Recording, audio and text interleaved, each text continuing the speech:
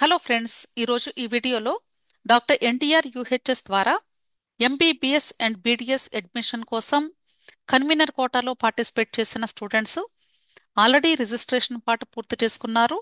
ఇప్పుడు one time web ఆప్షన్స్కు సంబంధించిన notification కూడా రిలీజ్ అయింది. అయితే ఈ వెబ్ ఆప్షన్స్ పెట్టుకునే ముందు ప్రతి ఒక్క స్టూడెంట్ కూడా దయచేసి instructions on procedure of counselling అనే నోటిఫికేషన్ కూడా మనకి అఫీషియల్ వెబ్సైట్లో అవైలబుల్గా ఉంది.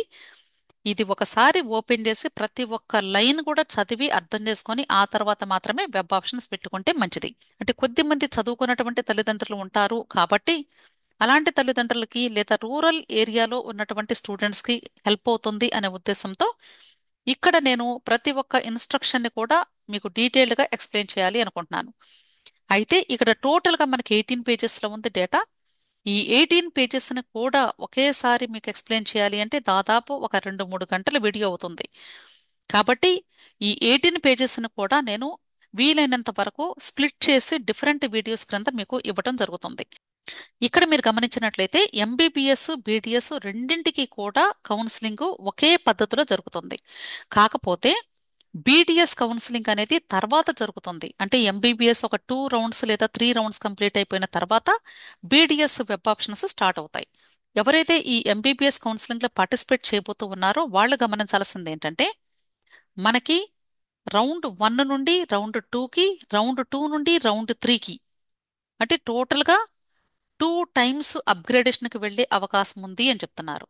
అయితే ఇక్కడ మీరు గమనించినట్లయితే కేటగరైజేషన్ ఆఫ్ ఏరియా అంటే ఎవరైతే లోకల్ స్టూడెంట్స్ ఉన్నారో వాళ్ళకి సీట్ అలాట్మెంట్లో ఎల్ అని ఇస్తారు. అంటే లోకల్ స్టూడెంట్ అని అర్థం. ఒకవేళ నాన్ లోకల్ కేటగిరీ స్టూడెంట్ అయితే అన్రిజర్వ్డ్ కేటగిరీలో పార్టిసిపేట్ చేస్తారు కాబట్టి ఏపీయూఆర్ అని ఉంటుంది.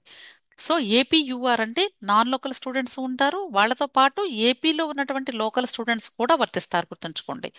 నెక్స్ట్ ఇక్కడ సెకండ్ టేబుల్లో చూసినట్లయితే ఏ ఏ టైప్ ఆఫ్ స్టూడెంట్స్ ఏ ఏ సీట్స్కి ఎలిజిబుల్ అవుతారు అనేది ఇక్కడ మెన్షన్ చేశారు. సపోజ్ ఏయూ లోకల్ స్టూడెంట్స్ అనుకోండి, వీళ్ళు 15% APUR seats in AU, SVU and SMC అన్నారు. అంటే ఏయూ లోకల్ స్టూడెంట్స్ ఏపీలో ఉన్నటువంటి ఏయూ రీజన్, ఎస్వియు రీజన్, వాటితో పాటు సిద్ధార్థ మెడికల్ కాలేజ్లో ఉన్న 15% సీట్స్కి కూడా ఎలిజిబుల్ అని చెప్తున్నారు. అలాగే ఈ 15% పోగా మిగిలినటువంటి 85% సీట్స్కి ఏయూ లోకల్లో ఉన్నటువంటి ప్రతి ఒక్క స్టూడెంట్ కూడా ఎలిజిబుల్ అని చెప్తున్నారు. అలాగే సిద్ధార్థ మెడికల్ కాలేజ్లో ఉన్నటువంటి ఏయూ కేటగిరీకి సంబంధించినటువంటి 65.62% సీట్స్ కూడా ఈ లోకల్ స్టూడెంట్స్ ఎలిజిబుల్ అని చెప్తున్నారు. అలాగే ఎస్వియు లోకల్ స్టూడెంట్స్ తీసుకున్నట్లయితే ఏయూ, ఎస్వియు రీజన్లో ఉన్న కాలేజెస్లో 15% సీట్స్కి, వాటితో పాటుగా సిద్ధార్థ మెడికల్ కాలేజ్లో ఉన్నటువంటి 15% సీట్స్కి కూడా ఎలిజిబుల్. అలాగే ఎస్వియు రీజన్ మెడికల్ కాలేజెస్లో ఉన్న 85% సీట్స్కి ఇక్కడ లోకల్ స్టూడెంట్స్ ఎలిజిబుల్.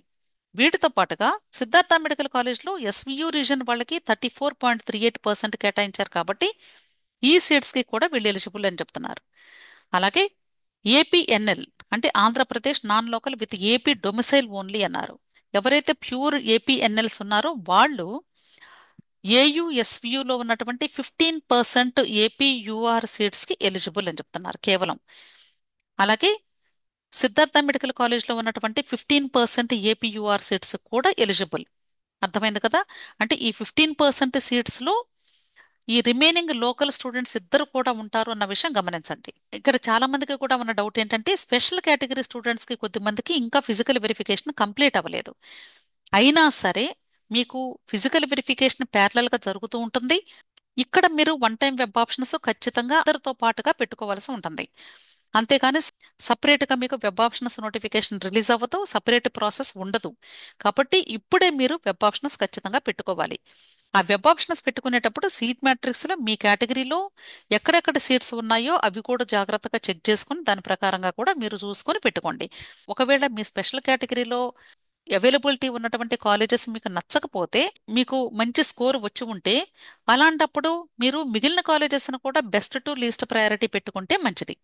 ఎవరైతే ఇప్పుడు ఈ వన్ టైం వెబ్ ఆప్షన్స్ పెట్టుకుంటున్నారో ఆ స్టూడెంట్స్ ఎన్నిసార్లైనా మీరు వెబ్ ఆప్షన్స్ని ఎడిట్ చేసుకునే అవకాశం ఉంది.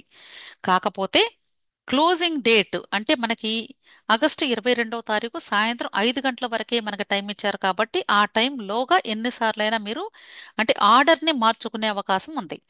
కాకపోతే మీరు ఆర్డర్ చేంజ్ చేసిన ప్రతి ఒక్కసారి కూడా అది అప్డేట్ అవ్వాలి అంటే ఓటీపీ ఎంటర్ చేసి సబ్మిట్ చేస్తూ ఉండాలి.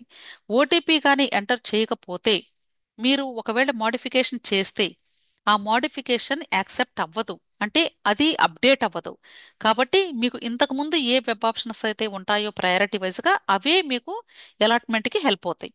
కాబట్టి మీరు ఒకవేళ ఆర్డర్ చేంజ్ చేసుకోవాలి అంటే ప్రతి ఒక్కసారి కూడా మీరు ఎన్నిసార్లు ఆర్డర్ని చేంజ్ చేసుకుంటారో అన్నిసార్లు కూడా ఓటీపీని ఎంటర్ చేసి మీరు సబ్మిట్ చేసి తీరాల్సిందే.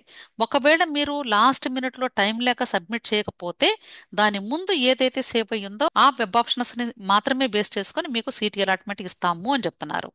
అలాగే వీళ్ళు ఇక్కడ చెప్తున్న విషయం ఏంటంటే ఇప్పుడు మీరు పెట్టుకునే వెబ్ ఆప్షన్స్ ఈ ఫస్ట్ రౌండ్ కి ముందు ఏదైతే పెట్టుకుంటారో అవే మీకు రిమైనింగ్ అన్ని రౌండ్స్ కి కూడా యూజ్ అవుతాయి. మరలా మరలా మీరు ఆర్డర్ చేంజ్ చేసుకునే అవకాశం ఉండదు. మరలా మీరు ఒకవేళ మర్చిపోతే కానీ వెబ్ ఆప్షన్స్ పెట్టుకునే అవకాశం కూడా ఉండదు అని చెప్తున్నారు. కాబట్టి జాగ్రత్తగా వెబ్ ఆప్షన్స్ పెట్టుకోండి. అలాగే బాయ్స్కి 34 కాలేజెస్ ఎంబీబీఎస్ కాలేజెస్ ఉన్నాయి. అలాగే గర్ల్స్కి 35 కాలేజెస్ ఉన్నాయి. అంటే ఒకటి పద్మావతి మెడికల్ కాలేజ్ ఉంది కాబట్టి. అలాగే బీడీఎస్ కాలేజెస్ టోటల్గా 17 కాలేజెస్ ఉన్నాయి, ఇంక్లూడింగ్ మైనారిటీ డెంటల్ కాలేజీ. కాబట్టి మీరు ఎంబీబీఎస్ కౌన్సిలింగ్ ఇప్పుడు జరుగుతుంది కాబట్టి ఫస్ట్ ఎంబీబీఎస్కి వెబ్ ఆప్షన్స్ పెట్టుకోండి. ఒక 2 రౌండ్స్ లేదా 3 రౌండ్స్ ఎంబీబీఎస్ కౌన్సిలింగ్ అయిపోయాక బీడీఎస్ స్టార్ట్ అవుతుంది. అప్పుడు బీడీఎస్కి సంబంధించిన నోటిఫికేషన్ వచ్చినప్పుడు వెబ్ ఆప్షన్స్ పెట్టుకోండి. క్లియర్? నెక్స్ట్, ఇక్కడ స్పెషల్ కేటగిరీకి సంబంధించినటువంటి ప్రాసెస్ గురించి చెప్తున్నారు.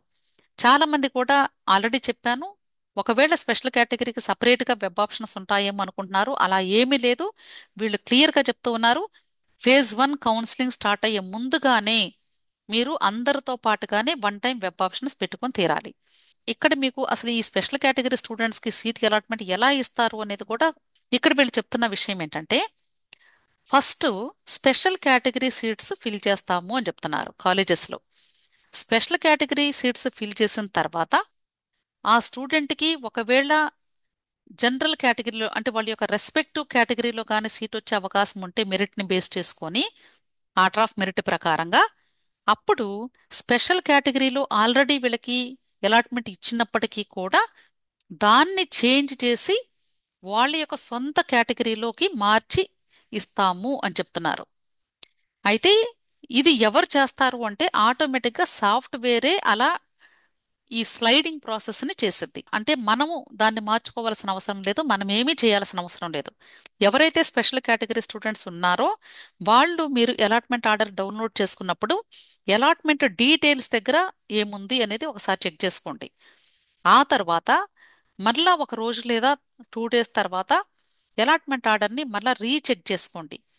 లేదా మీకు మెయిల్ వస్తుంది, అంటే మీ యొక్క అలాట్మెంట్ డీటెయిల్స్ చేంజ్ చేశాము, మీ యొక్క సీట్ అలాట్మెంట్ని మేము స్పెషల్ కేటగిరీ నుండి మీ యొక్క రెస్పెక్టివ్ కేటగిరీకి చేంజ్ చేశాము, మరలా మీరు అలాట్మెంట్ ఆర్డర్ను డౌన్లోడ్ చేసుకొని అలాటెడ్ కాలేజ్ దగ్గరికి వెళ్ళి రిపోర్ట్ చేయండి అని మీకు మెయిల్ వస్తుంది. జాగ్రత్తగా చూసుకొని ఆ టైంలో మరలా అలాట్మెంట్ ఆర్డర్ని డౌన్లోడ్ చేసుకొని తీసుకొని వెళ్ళి సబ్మిట్ చేయాల్సి ఉంటుంది. అలాగే ఇక్కడ వీళ్ళు ఏం చెప్తున్నారంటే ఒకవేళ స్పెషల్ కేటగిరీలో కానీ అంటే students sufficient number of candidates కానీ లేకపోతే ఆ సీట్స్ని వాళ్ళ యొక్క రెస్పెక్టివ్ కేటగిరీలో ఉన్నటువంటి స్టూడెంట్స్కి ఇస్తాము అని చెప్తున్నారు. అంటే సపోజ్ బీసీబీ కేటగిరీ స్టూడెంట్ ఉన్నారు అనుకుందాం. ఆ బీసీబీ కేటగిరీలో అసలు స్పెషల్ కేటగిరీ స్టూడెంట్స్ ఎవరూ లేరు, కానీ వాళ్ళకి సీట్ మ్యాట్రిక్స్లో బీసీబీలో ఒక 5 సీట్స్ కేటాయించారు అనుకుందాం.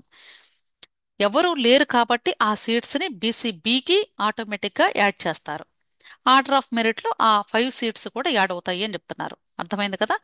అంటే స్పెషల్ కేటగిరీలో పార్టిసిపేట్ చేసినంత మాత్రాన కేవలము స్పెషల్ కేటగిరీలో ఉన్న కాలేజెస్లో సీట్స్కి మాత్రమే ఎలిజిబుల్ కాదు.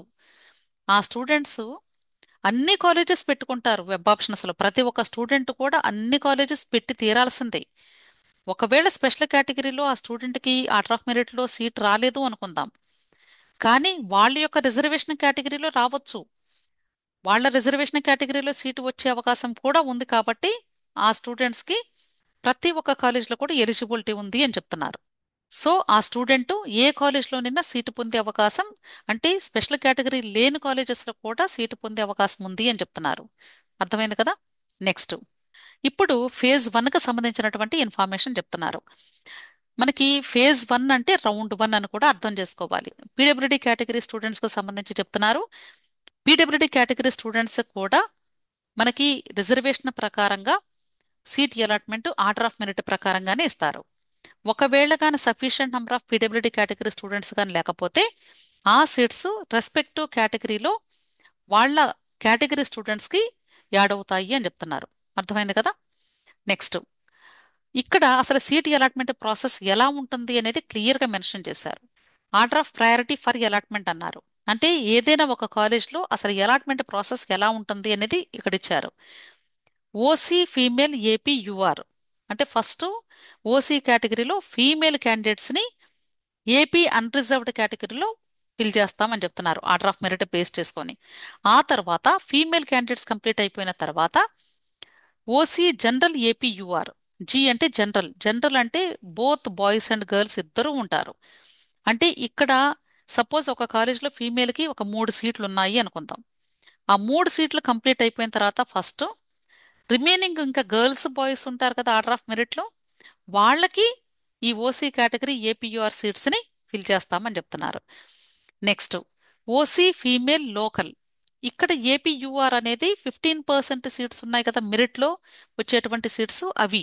ఓసీ ఫీమేల్ లోకల్ అంటే 85% సీట్స్ ఉన్నాయి కదా, వాటిని ఇక్కడ ఫస్ట్ ఫీమేల్ కేటగిరీకి ఎన్ని సీట్స్ ఉన్నాయో అవి కేటాయిస్తారు. ఆ తర్వాత ఓసీ జనరల్ లోకల్కి ఫిల్ చేస్తారు. ఆ తర్వాత ఓసీ ఈడబ్ల్యూఎస్ ఫీమేల్కి కేటాయిస్తారు. ఆ తర్వాత ఓసీ ఈడబ్ల్యూఎస్ జనరల్కి కేటాయిస్తామని చెప్తున్నారు. అర్థమైంది కదా? అలాగే సిద్ధార్థ మెడికల్ కాలేజ్లో కూడా అంటే స్టేట్ వైడ్ ఇన్స్టిట్యూషన్ కాబట్టి ఇక్కడ సీట్ అలాట్మెంట్ ఎలా ఉంటుంది అనేది మెన్షన్ చేస్తారు. ఆల్మోస్ట్ సేమ్ పైన ఎలా చెప్పారో ఇక్కడ కూడా అదే ప్రాసెస్లో మీకు సీట్ అలాట్మెంట్ ఉంటుంది. ఫోర్త్ పాయింట్ తీసుకున్నట్లయితే open seats will be allotted by merit అన్నారు. ఓపెన్ సీట్స్ అనేవి కేవలము మెరిట్ని బేస్ చేసుకొని మాత్రమే ఫిల్ చేస్తారు. అంటే వాళ్ళు రిజర్వేషన్ కేటగిరీ స్టూడెంటా లేదా ఓసీ స్టూడెంటా అనేది చూడరు. అయితే ఈ ఓపెన్ సీట్స్కి OC candidates, BC, SC, ST అందరూ కూడా అంటే ఇంక్లూడింగ్ స్పెషల్ కేటగిరీ స్టూడెంట్స్ అందరూ కూడా ఎలిజిబుల్లే అని చెప్తున్నారు. ఓపెన్ రౌండ్లోనే ఈడబ్ల్యూఎస్ కేటగిరీ సీట్స్ని అలాగే మైనారిటీ సీట్స్ని కూడా ఫిల్ చేస్తామని చెప్తున్నారు. ఎవరైతే ఓసీ కేటగిరీ స్టూడెంట్స్ ఉంటారో వాళ్ళు మాత్రమే ఈడబ్ల్యూఎస్ కేటగిరీ సీట్స్కి ఎలిజిబుల్ అని చెప్తున్నారు. కొద్దిమంది నేను గమనిస్తూ ఉన్నానండి ఈ మధ్య, అంటే బీసీ ఈ అని ఉంటుంది, వాళ్ళకి ఈడబ్ల్యూఎస్ సర్టిఫికేట్ ఉంటుంది. అలాగే బీసీబీ ఉంటుంది, ఈడబ్ల్యూ సర్టిఫికేట్ తెచ్చుకుంటున్నారు. అసలు అది మీనింగ్లెస్. అటు ఇచ్చేవాళ్ళు అలాగే ఇస్తున్నారు, వీళ్ళు పెట్టుకోవటం కూడా అలాగే పెట్టుకుంటూ ఉన్నారు. అసలు ఈడబ్ల్యూఎస్ అనేది కేవలము జనరల్ కేటగిరీలో స్టూడెంట్స్, ఎకనామికల్లీ వీకర్ సెక్షన్ ఎవరైతే ఉన్నారో వాళ్ళకి మాత్రమే ఇవ్వాల్సినటువంటి సర్టిఫికేట్ అది. అసలు అది బీసీ వాళ్ళకి కానీ ఎస్సీ ఎస్టీ ఎవరికి కూడా ఇవ్వకూడదు ఎంఆర్ఓస్. అది ఇల్లీగల్ అండి చెప్పాలంటే, అసలు అది వ్యాలిడ్ కాదు.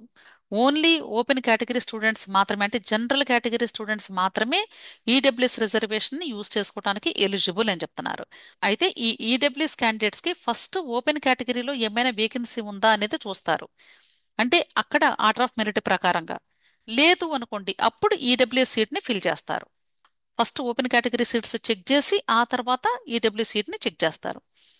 అంటే ఒకే కాలేజ్లో ఒకవేళ కానీ స్టూడెంట్కి ఓపెన్ సీటు ఖాళీగా ఉంది ఆర్డర్ ఆఫ్ మెరిట్ ప్రకారంగా, అలాగే ఈడబ్ల్యూ సీటు కూడా అవైలబిలిటీ ఉంది అనుకోండి, అప్పుడు ఈ స్టూడెంట్కి కేవలం ఓపెన్ సీట్ని మాత్రమే కేటాయిస్తారు.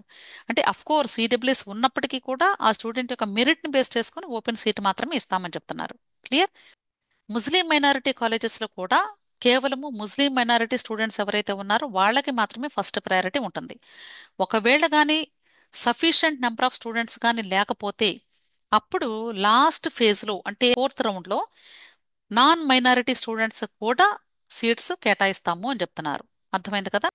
అలాగే ఇక్కడ మైనారిటీ క్యాండిడేట్స్ అంటే కేవలము ముస్లిం మైనారిటీ కాలేజెస్లో మాత్రమే సీటు పొందడం కాదు, వీళ్ళు రిమైనింగ్ అన్ని కాలేజెస్లో కూడా సీట్ అలాట్మెంట్ పొందే అవకాశం ఉంది బేస్డ్ ఆన్ మెరిట్ అని చెప్తున్నారు. Category candidates who are allotted seats in open round అంటే ఓపెన్ రౌండ్లో ఎవరైతే హైయెస్ట్ మెరిట్తో రిజర్వేషన్ కలిగిన స్టూడెంట్స్ ఉన్నారో వాళ్ళని ఎంఆర్సీస్ అంటారు. అంటే మెరిటోరియస్ రిజర్వ్డ్ క్యాండిడేట్స్ అంటారు. ఈ ఎంఆర్సీస్లో స్పెషల్ కేటగిరీ స్టూడెంట్స్ కూడా ఉండొచ్చు. అయితే ఈ ఎంఆర్సీ గురించి ఇక్కడ మనకి కొన్ని పాయింట్స్ డిస్క్రిప్షన్ ఇచ్చారు. ఈ ఎంఆర్సి గురించి నేను సపరేట్ వీడియో మీకు ఇస్తాను. అంతా ఒక వీడియోలో చెప్పాలి అంటే చాలా కష్టమండి. సో నెక్స్ట్ వీడియోలో మీకు కంటిన్యూ చేస్తాను. మీలో ఎవరికైనా ఈ వెబ్ ఆప్షన్స్ కు సంబంధించినటువంటి హెల్ప్ కావాలి అనుకున్నట్లయితే పెయిడ్ సర్వీసెస్ ఉన్నాయి. ఇక్కడ ఇచ్చినటువంటి మొబైల్ నంబర్లో మీరు నన్ను కాంటాక్ట్ చేయవచ్చు. విష్ ఆల్ ది బెస్ట్ అండి. వీడియో నచ్చితే లైక్ చేయండి, మీ ఫ్రెండ్స్ కూడా షేర్ చేయండి. అలాగే నా ఛానల్ తప్పకుండా సబ్స్క్రైబ్ చేసుకోండి. Thank you.